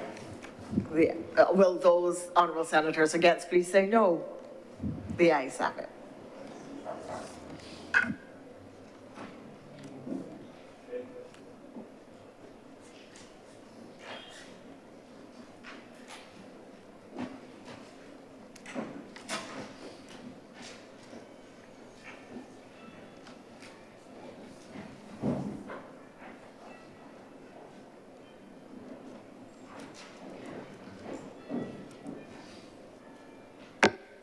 The chairman has reported the passing of one bill in committee. Senator Cummins. Mr. President, I beg to move that this bill now be read a third time. The question is that this bill be read a third time. Will all honourable senators in favour please say aye? Aye. Those against please say no. Methinks the ayes have it. Senator Cummins. Mr. President, I beg to move that this bill do now pass and be cited as the Child Justice Act 2024. The question is that this bill do now pass and be cited as the Child Justice Act 2024. Will all honourable senators in favour please say aye? Aye. Those against please say no. Methinks the ayes have it. This bill is now passed and so cited. Senator Cummins. Mr. President, thank you very much. I beg to move the adjournment. Actually, I think we're reverting to public business.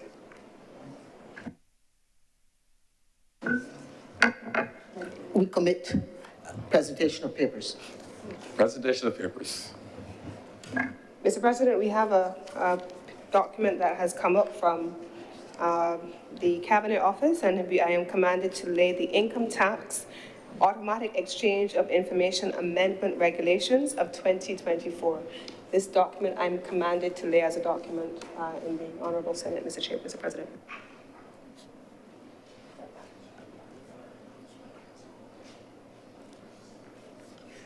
Senator Cummins. Mr. President, thank you very much. I beg to move the adjournment of this sitting of the Honourable Senate, sine die. The question is that the Honourable Senate do now adjourn sine die. Will all honourable senators in favour please say aye? Aye. Those against please say no. Methinks the ayes have it. Thank you very much, honourable senators. I wish everyone a wonderful weekend. Thank you very much for giving up your Friday in the public interest. This sitting is adjourned sine die.